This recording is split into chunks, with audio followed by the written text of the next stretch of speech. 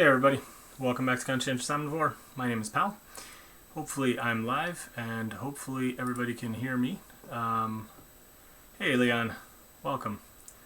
Let me know if you can hear me okay, and I'll be making a start pretty soon.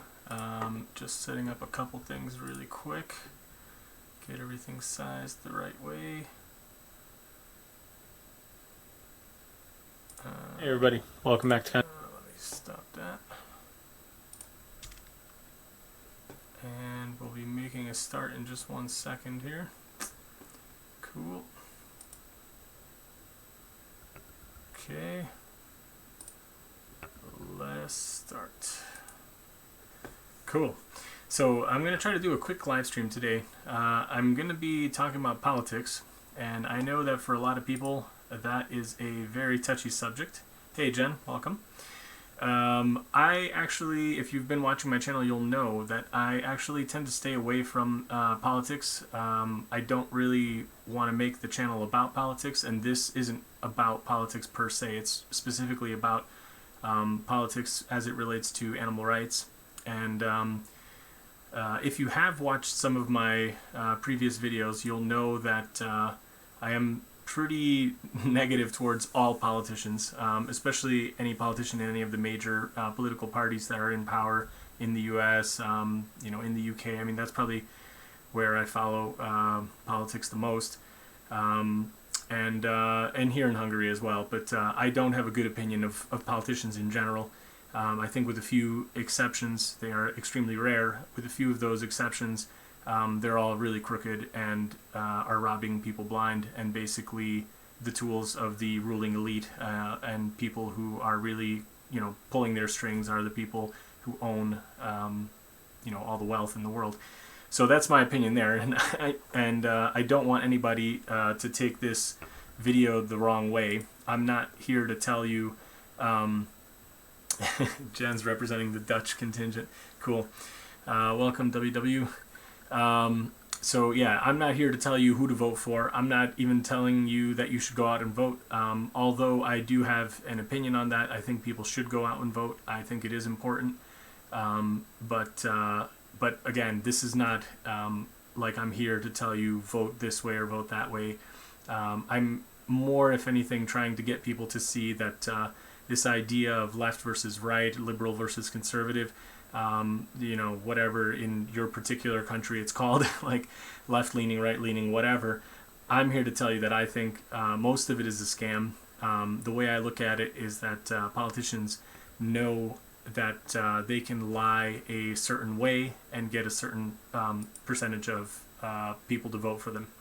And basically, I think what happens is they know that there are a relatively short list of kind of hot button topics that they can push and then get people to vote for them. And, they can use that as a distraction from the real issues at hand. If you ask people, what really truly matters to them, it's not the stuff that usually gets debated. It's not the stuff that usually gets brought up. It's things that don't impact them on a day-to-day level, and maybe they are important, but that's not really what's the most important to people. And then ultimately, what I also believe is that most of the politicians in all the major political parties don't actually go and do the things that they say they will anyway. And then I also think that they work together so that they can maintain this illusion that they're trying. And then when you have, like, say in the U.S., Democrats in power, they can say, well, we had the presidency and we had the Senate, but we didn't have the House, so we couldn't really get anything done. Or vice versa. It doesn't really matter. And they can just point fingers at each other and blame, the other people, and really they're just all robbing you blind and taking the public's money. So yeah, and so anyway, let's get into the topic here. Hey Luis, welcome. Hey Daniel. Yeah, Daniel figured it out. Spoiler alert is no. Yeah, there is not that much of a difference between the main parties there. Jen, don't forget to hit the like button. Oh, thank you very much. I never say that, but thank you. Okay, so let me share my screen and I'll show you guys what I wanted to talk about, and hopefully you guys can see it. This is just kind of a, just for reference, in kind of like a previous video, I talked a little bit about politics. For people who've been watching for a while, you may remember this. This was almost 2 years ago. Check it out. It kind of covers why I think people should still vote, even though I have such a negative view of politics, and why, I think, despite everything I've said, like, it is still important to go and voice your thoughts and what you want, even if none of those politicians will actually do what you asked for. I do still think it's important. But anyway, go watch that video if you haven't seen it yet. I think you might find it interesting. But let's just jump into it. Today I was on Twitter, and there was quite a bit of discussion on one of the threads that I got into, where somebody was basically unaware that they were a Trump supporter, and they were unaware that Trump was actually responsible last year for giving the go-ahead on increasing line speeds at slaughterhouses for pigs. And there was a lot of opposition to this. I covered this in previous live streams, in at least one or more of my live streams for news. So some of you may have already seen this, but basically there were new regulations that were put in, and they reduced inspections by the USDA. They allowed the companies running the slaughterhouses to basically police themselves in a way, where they can do more inspections for food and safety kind of violations, like feces on the meat, and illness or signs of illness from the animals, like when you're looking at the meat. And there was like a whole bunch of stuff that went into this, and of course naturally people were really upset and saying like, oh, Trump it's a clear handout to the industry, and it's deregulation, and they don't care about worker safety, because whenever you do increase line speeds on the slaughterhouse lines, you actually do have very real impact to the people working there. There are higher rates of accident. People are amputating their fingers, doing all sorts of crazy stuff. It's stressful to them. The line speeds are already so fast that they have very little time to actually go and cut up all the dead animals and do all the stuff that they need to do. And there is a very real human impact to this as well. So it's really bad for the people who work there. It's really bad for people who consume animal products. When you're buying meat that isn't as thoroughly inspected, you have even higher chances of getting infected with bacteria, salmonella, campylobacter, all these other kinds of things that tend to be in the feces, which gets all over the meat. And by reducing the number of people who are inspecting the stuff, you're making the chances of that happening far higher. And like I say, people were rightfully upset that at Trump for allowing this to happen, and it is a industry handout for sure. Make no mistake about that. But what I said at the time too, when I reported on this, is that what people kind of don't remember is that this is just a progression, and it builds on the back of something that happened during the Obama administration, which they allowed basically the same thing to happen for poultry processing. So for chickens and turkeys.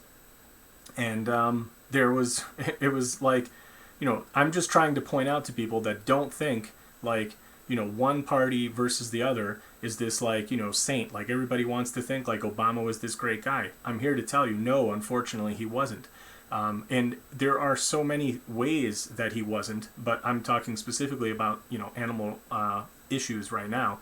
And like I say again, I'm not here to tell you who to vote for. I am no fan of either of them. I don't like Trump and I don't like Obama. And there's lots of good reasons to not like either. And there's lots of good reasons that have nothing to do with veganism to not like either.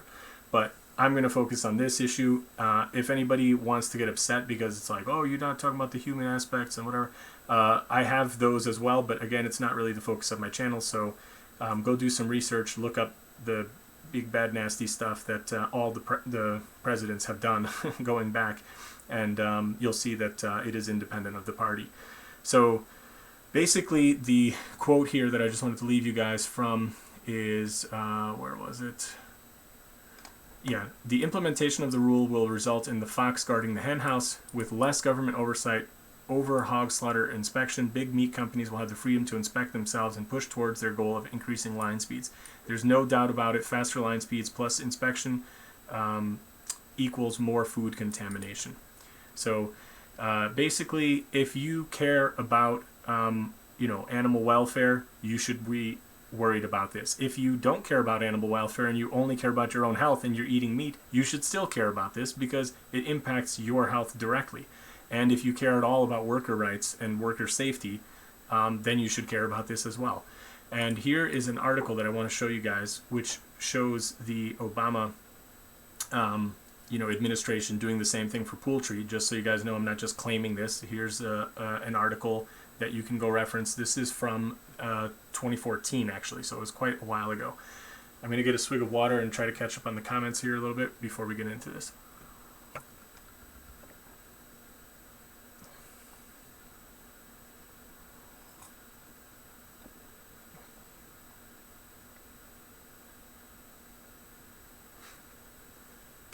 Okay, Louis says there are rational and sound reasons to be critical of Trump and his administration, but there are irrational and moronic reasons to be critical of Trump. Please don't give Trump supporters incentive.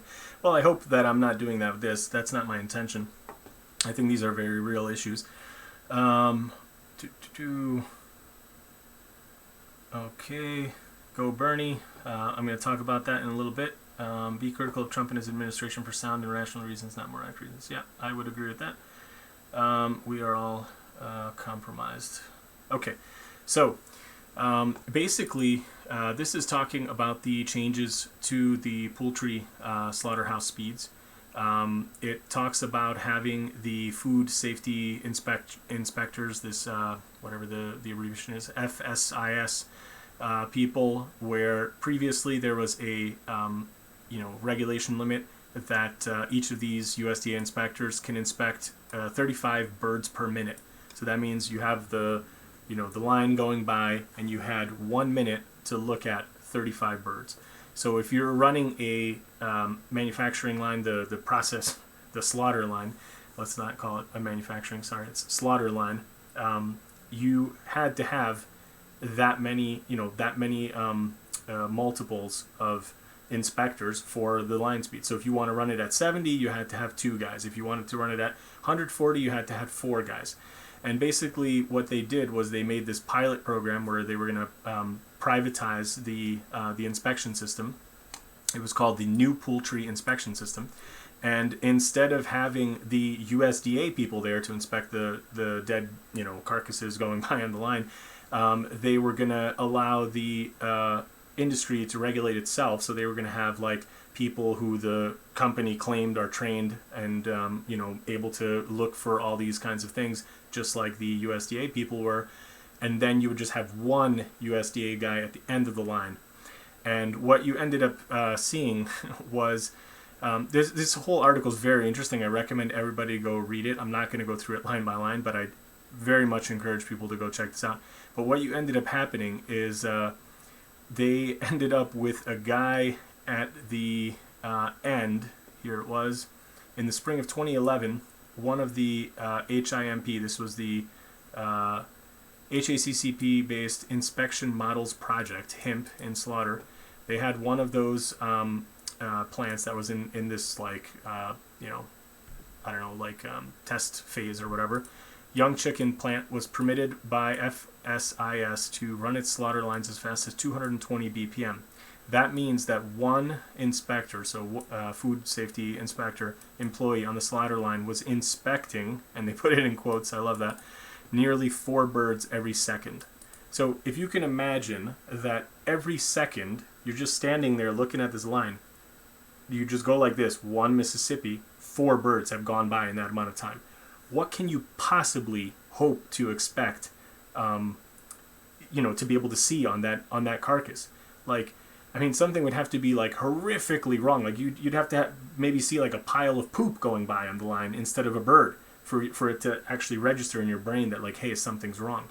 So, here there's just saying the offline verification inspector was looking at 80 out of 105,600 birds, or 0.00076% of the birds slaughtered in an 8-hour shift. So, again, you don't have to be vegan to care about this. If you eat meat, you still want to care about this because you are more likely to get a bird covered in poop or, have cancer or all sorts of other kind of illnesses that you would previously have had. People would have had at least, close to 2 seconds to look at one bird, and now they have 1 second to look at, what was it, 8 birds, or what was it? 4 birds, sorry, 4 birds. So it's just insane that, this kind of thing went through. The article's really good. It kind of goes through, a whole bunch of other stuff, how people were opposed to it. They had 175,000, if I remember right, comments opposing, most of which were opposed to the proposed rule. But basically, the administration just ignored all of that and pushed this through, and these line speeds were increased, and it was a huge giveaway to the industry. It talks about some politicians who were trying to, fight this, and, the things that they also did was there was a group here that was, what was this? This Food and Water Watch group, the people writing this article. They actually requested the information, here it was, this was a key part of the article. When it became evident in August 2011 that the Obama administration was going to expand the pilot to include all poultry plants, Food and Water Watch filed a Freedom of Information Act request for inspection data from 11 of the young chicken plants and 3 young turkey plants to evaluate how well this privatized model was working. And the FSIS, again, the Food Safety and Inspectors, did not respond to our request until the middle of January. So they asked in, August, and they didn't get a response until January of the next year, when they were sent 5,000 pages of handwritten tally sheets for us to evaluate, and over 100 pages of non-compliance reports filed by offline USDA inspectors that documented regulatory violations. The following week, Secretary Vilsack held a press conference announcing the department's intent to propose expanding the privatized inspection model to all poultry plants. And on January 27th, the proposed rule appeared in the Federal Register. And because we were forced to perform hand calculations of the tally sheets the FSIS sent, it took us until early March of 2012 to complete our evaluation. So they say, how well did they do? It varied from plant to plant. They found that 99% error rate in just one inspection category alone in one turkey plant. They found 99% error rate. Can you imagine that? That means almost every single bird that went through, when it was looked at, it actually was marked incorrectly for a specific inspection category. The documents also revealed that over 90% of the non-compliance reports filed by FSIS verification inspectors against the hemp plants were visible fecal contamination, most of which was found inside the cavities of the bird carcasses, something that an online FSIS inspector would not be able to catch. So again, having somebody at the end of the line looking at 4 birds a second fly by on this slaughter line, that is completely insane. Like, you're not going to catch these kinds of things. I'm not going to go through again the rest of it. It is really interesting. Please do check it out. But, here it is. This final rule is flawed in terms of both food and worker safety. The poultry industry is celebrating, and rightfully so. The Obama administration just handed them the keys to the candy store. They also talk about in this article how key provisions for worker safety and workers' rights for organizing, so basically like union protection and things like that, that was also denied by the Obama administration. So do not for a second think that Obama is any more, sympathetic to the plight of the poor working person, struggling to, have like any kind of like decent life by working in a hellhole that is a slaughterhouse. It is a hellhole for the animals, and it is a hellhole for the people working there. And I know that as as a vegan, I can't imagine like ever working there, even if I like was starving to death or something. I would just about do any other kind of work than to do like a job as horrible as that. But let's not forget that these people are extremely disadvantaged. Usually they are sometimes illegal aliens, but very often immigrants. They are exploited workers. They are often undocumented workers. They are often paid illegal wages, like substandard wages. They have terrible safety. I've read articles where, the slaughterhouse workers wear diapers, adult diapers on their shifts because they're not even allowed to go to the bathroom because the stuff is flying by so fast. I mean, it's insane stuff. And, like Obama doesn't care about these people either. And that's what I'm talking about in this, in this stream. Don't think for a minute that what Trump did for the pork industry is any different than what the previous administration did for the chicken industry. It's just like, they can't change it all at once because then it's like too blatant. So it's like, you just do it a little bit at a time. Things keep going, and then, they hope nobody notices. All right, so before we move on, I'll try and catch up with the comments here a little bit. Okay, Louis says, I wasn't claiming you reasons of being critical of Trump or moronic, just that there are especially coming from the established Democrats. Yeah, I would agree. I would agree with that. There are a lot of people who are doing crazy stuff and accusing Trump of things that they themselves are guilty of. So I think it's just really funny. My nervous system just activated thinking about it. That weird feeling that makes your wiener shrink up. I don't know what that was a response to, Daniel, but that's funny. I think I've spelled your name wrong more than okay. Okay. Yeah.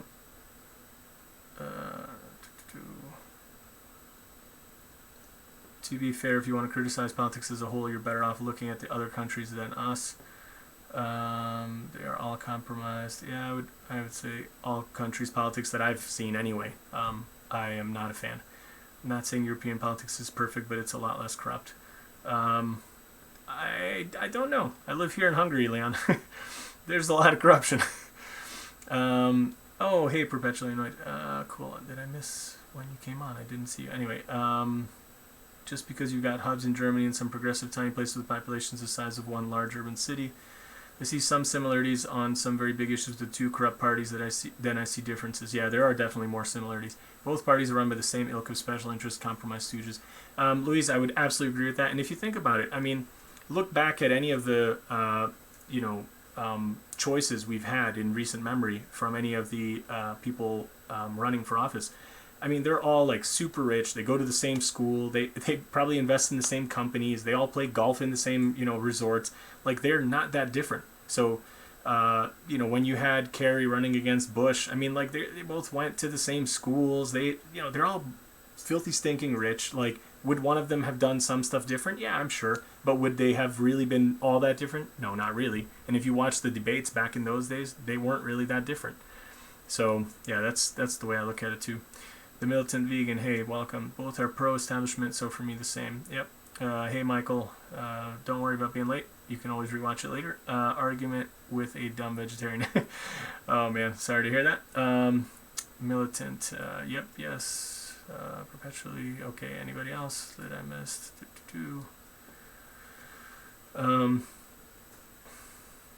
Okay.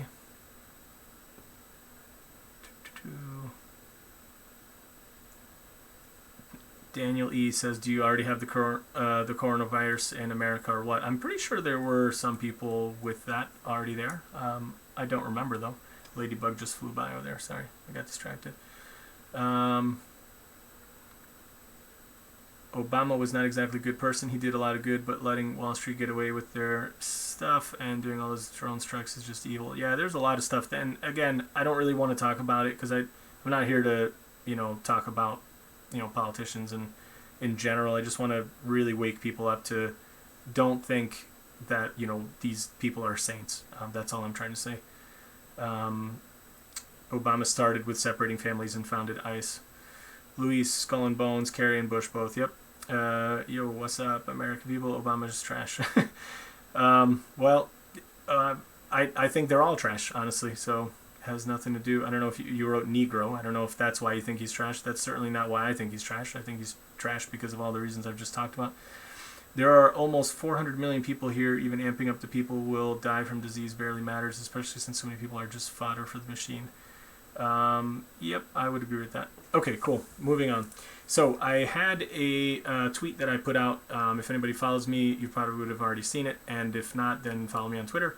There was a post by Priya from Direct Action Everywhere talking about grabbing a microphone during a Bernie Sanders rally.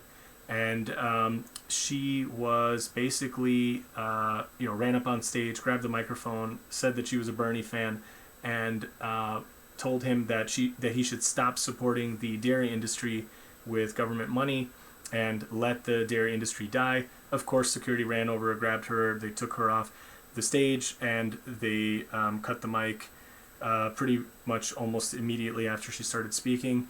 She did get that message out, though, and there were a few other people who were holding a big banner saying "Let Dairy Die" or "Let Dairy Industry Die" or something like that. And Vox wrote a article about it, which I thought was actually pretty good.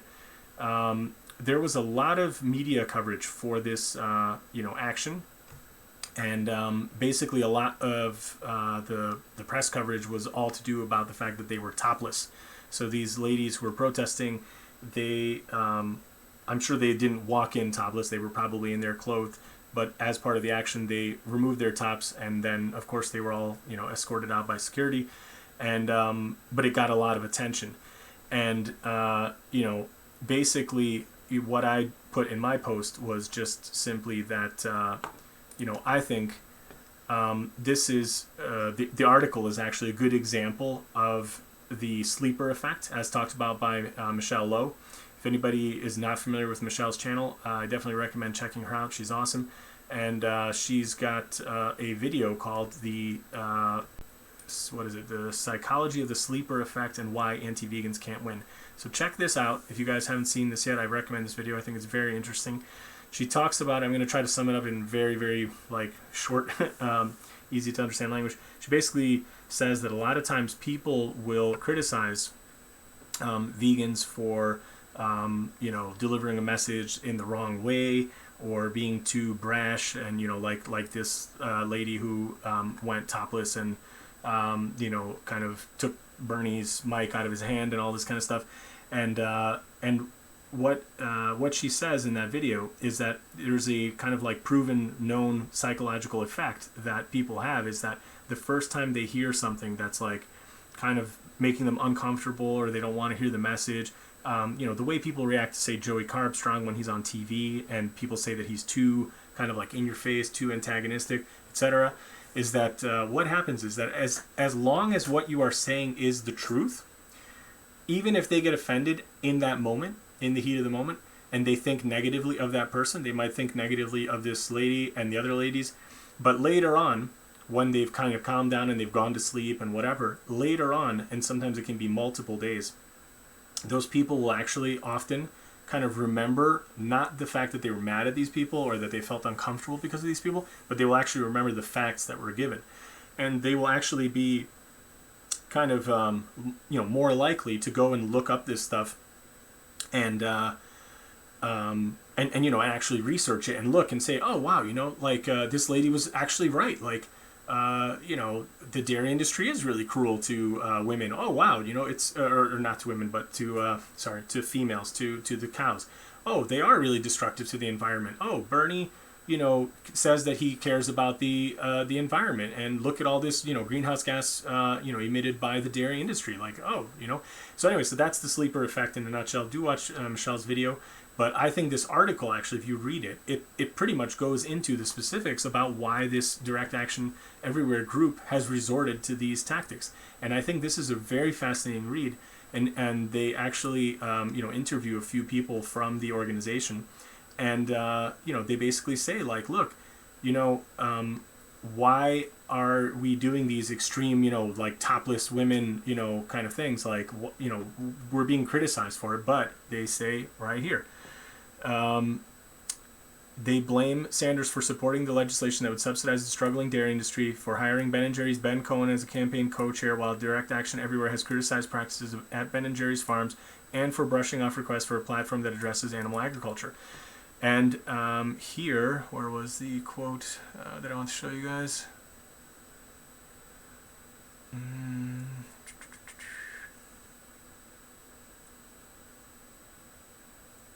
Okay, sorry. Here it is. Charities have hotly debated the merits of shock tactics like these, which have been a staple of animal rights movement at least since PETA's anti-fur campaign began 30 years ago. But do topless protesters draw attention to objectification or just draw attention? A few small studies of PETA advertisements have compared sexualized or non-sexualized images of women and found that the sexualized images produced less intention to support PETA. DXE's team, Direct Action Everywhere's team, though argues that they tried less attention-grabbing tactics and got nowhere. We have a message that is right, that is common sense, that is in alignment with the values of normal people, and the reason we resort to these kinds of tactics is that all the traditional approaches have failed us. We've been reaching out to the Sanders campaign for years. We were never given a substantive answer or a substantive conversation. But the topless protests, on the other hand, got extensive coverage from Fox, Newsweek, Business Insider, and the New York Post, among other outlets, and hundreds of thousands of people watched clips of the protests. Have any of those outlets covered the work on cage-free pledges by animal groups like Mercy for Animals and the Humane League? No. And in Vox's defense, we have covered both. So if you think media coverage is important, you may think you have to have a little you may think you have to be a little outlandish to get it. We were ignored. Now hundreds of thousands or millions of people have seen this. I pretty much have to agree with this. It's like, I'm not here to tell anybody how to advocate. As long as it's nonviolent, I'm actually fine with it. If somebody feels comfortable doing that, that's their own business. Obviously, this lady feels comfortable with it because she responded right to the article, and that's the tweet that I saw. She says, "I am the woman who grabbed the mic from the Bernie Sanders at the rally. Thank you for writing this piece. I am a Bernie supporter, but as a whistleblower who has exposed dairy's violent practices, I can't watch someone I support not take a stance on this." So again, watch the sleeper effect. If anybody wants to say, these things don't work and they put people off and all this kind of stuff, I don't think so. I think as long as what is being said is actually the truth, that is what's going to be remembered, and not I didn't like this person because they were too in my face, or they were too this or too that. As long as what you're saying is the truth, that is what's going to sink in and remain with people. So that's my take on that. I just wanted to show it. And also, again, because it's kind of this whole political message that I'm giving, do I like Bernie? I'm not here to tell you to vote for Bernie or not vote for Bernie. Do I think he would be a better president than Trump? Yes. But again, I'm not here to tell you who to vote for. That's not the point of this stream. But don't think that he's perfect either. That's all I'm trying to say. Check out other people who are in politics who are vegans. Cory Booker, he was obviously running. I'm pretty sure he has a snowball's chance in hell, or is he already out? I don't even know. I'm a little bit out of the loop right now the past few days. Tulsi Gabbard, I don't know if I'm pronouncing her name right. Everything I've seen about her so far, I pretty much kind of liked. She is a vegan as well, and she has as far as I can see, an anti-war stance. I like her. But that's as far as I want to go in here. I'm not here to tell people who to vote for. That's not the point of this stream. I'm simply just trying to say that don't for a minute think that these major political parties, that one or the other cares more about animals or not. The main political parties care about themselves, and they care about their friends who own everything. And that's kind of my view on it. But again, I do think it is important to go out and vote. Try to get as informed as you can. Booker is out. Thanks, Jen. Wang is out. Okay. Yeah. Leon says Booker is barf. Okay. I think there was a really it was like a depressing answer that he gave in one of the debates when they asked him about veganism. And it was just a really poor answer. He just kind of backed off from it and gave this really wishy-washy, look, man, I'm not here to tell anybody what to do. People can just eat whatever they want. It's fine. It's a personal choice. He could have answered a little bit better and still been kind of politically, safe, I think. I didn't like that answer. So, but whatever. I'm not here to defend any of these people. I don't really know that much about them. I'm just saying what I do know about Tulsi. I like her. So, but anyway, let's jump. I'm pretty much done with the stuff I wanted to show you guys, so I'm going to jump back to the webcam here, and I'm going to try and catch up with you guys on the comments here. Ooh, lots of comments. You guys are writing a lot. Let's see. Oh, hey, Vohan, you're in. Cool. Welcome. Yeah, Leon says, I'm assuming you're talking about Obama. He didn't deserve the Nobel Peace Prize. Yeah, I would absolutely agree with that.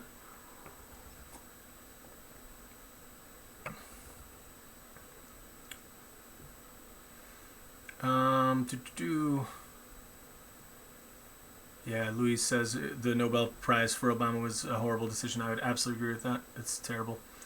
I'm not sure if, Daniel, if you're joking or being sarcastic. I'm assuming you are. You're saying as a vegan we are more susceptible to disease. I would say we're less, but anyway. Okay. Let's see. Nobel Prizes were supposed to be handed out posthumously. Obama got his before he even did anything besides getting elected. Yeah, pretty much. And then everything he did after that was kind of like not very humanitarian in my mind. Certainly not peace focused. The man couldn't even shut down Guantanamo Bay after 2 terms.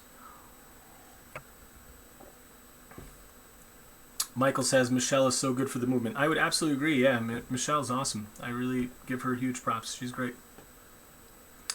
I don't know what you guys are talking about there. Eyebrows. I don't know. Jen says I hate it when non-vegans tell vegans how to vegan. The anti-vegans call her brows.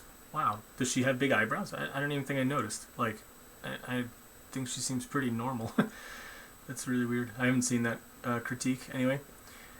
I guess, like, you know, anti-vegans, like, they have so little to go on. Like, all they can do is just be like, oh, you have big eyebrows. It's like, okay, well, you're an idiot.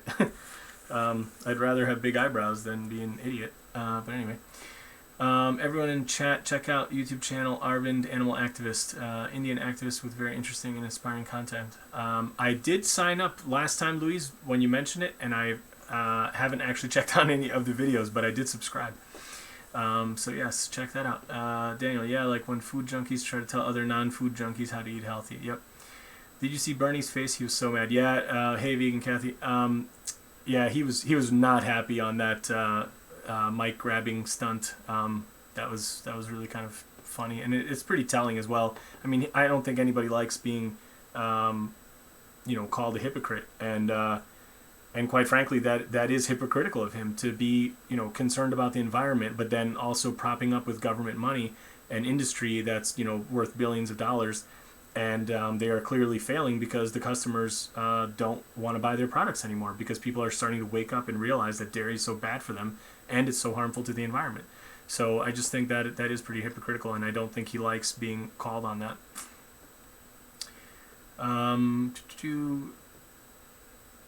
Yeah, Perpetually I checked out Arvind, and he's awesome. Good, cool. Look how happy the crowd looks.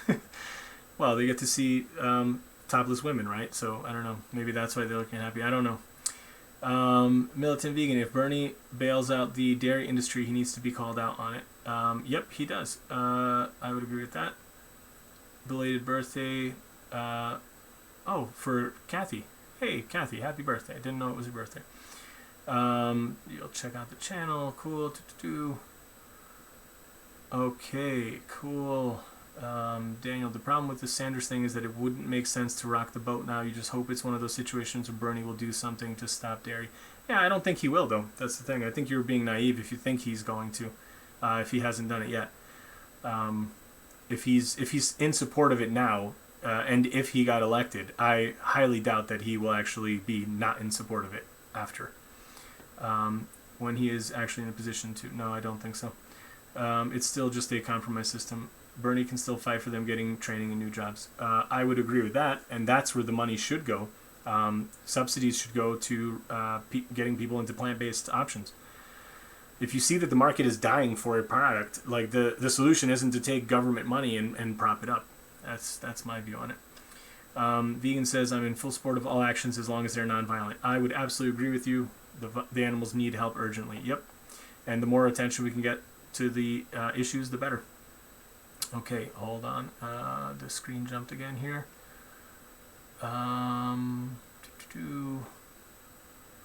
Okay, then we talked about trying to keep the violence off tables only acceptable when you aren't the victim. Yep. Okay. Okay. The Militant Vegan says Tulsi is great and uncorrupted. Cory is bought and paid for. Again, I don't really know too much about Cory Booker. I was just happy to see that he's vegan, but I don't really know much beyond that about him.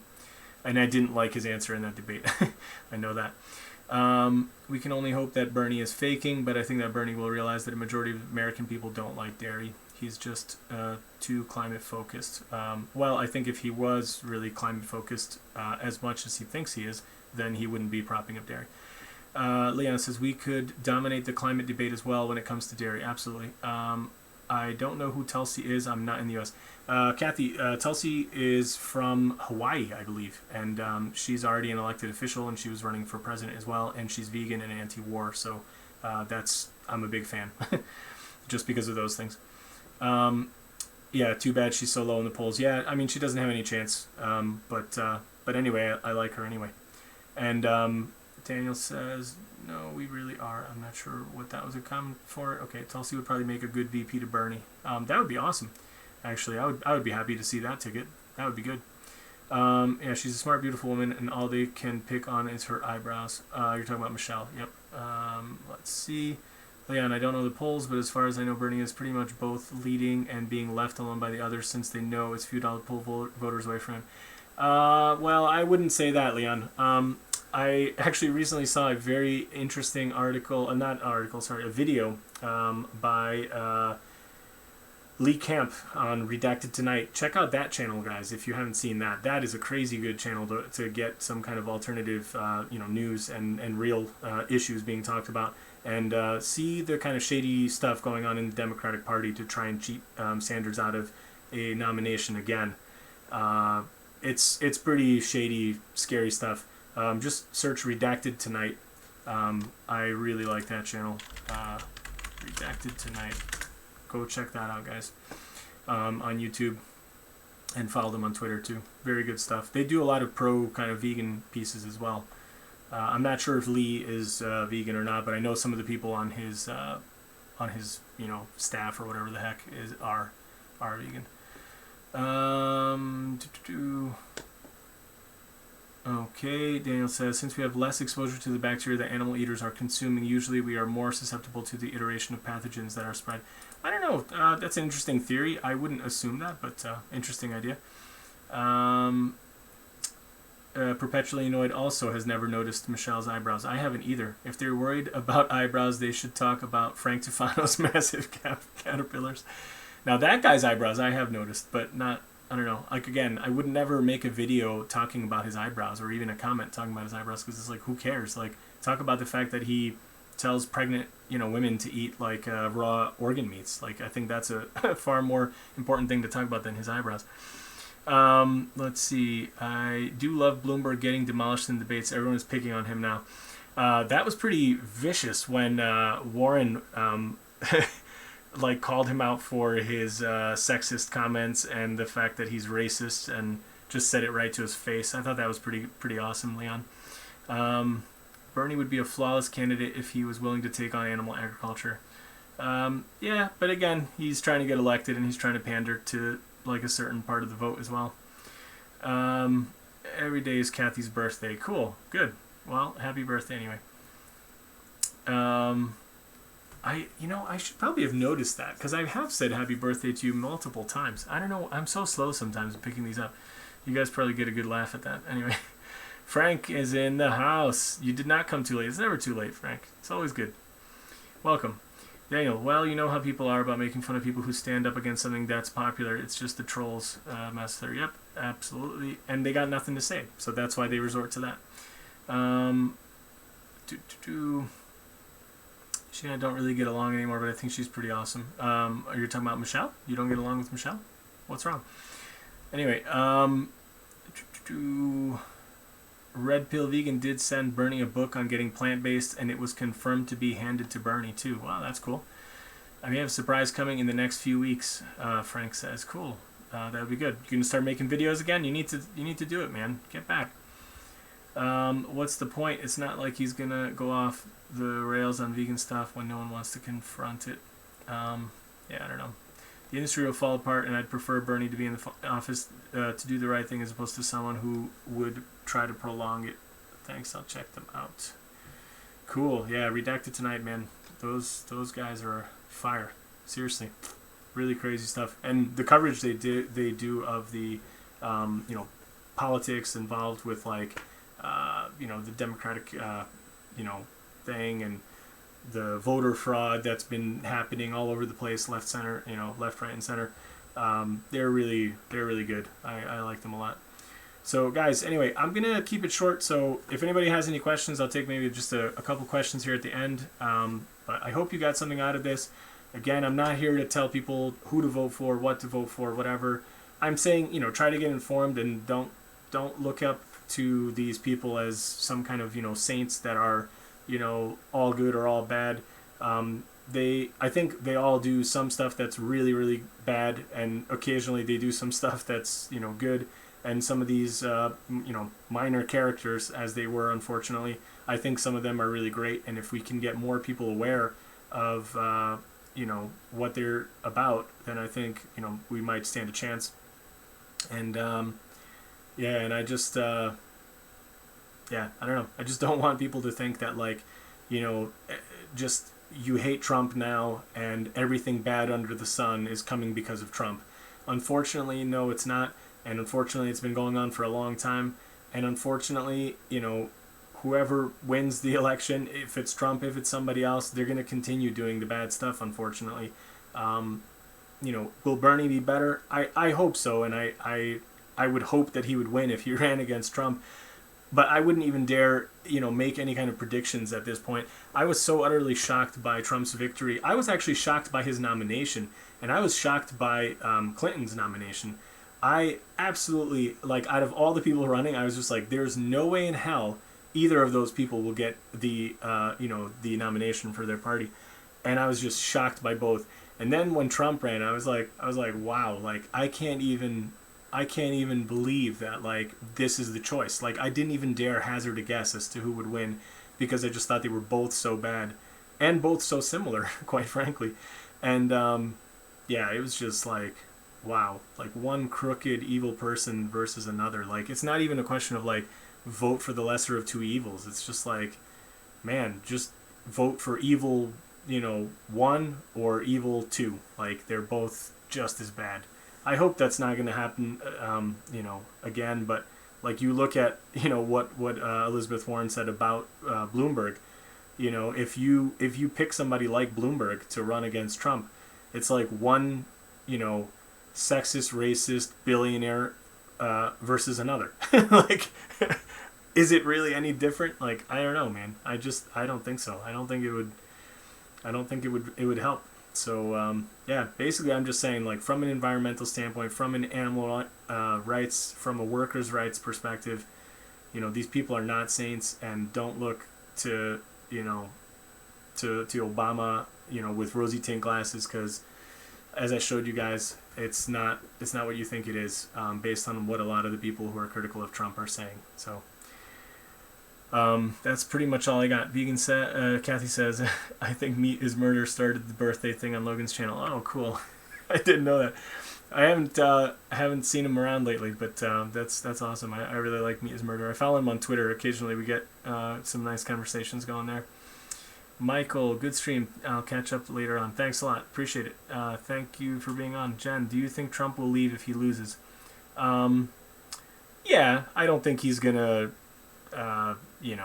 do any actual power grab or anything. I don't think he'll do anything like that, because these people are all really actors, the way I look at them. I don't think Trump is any different.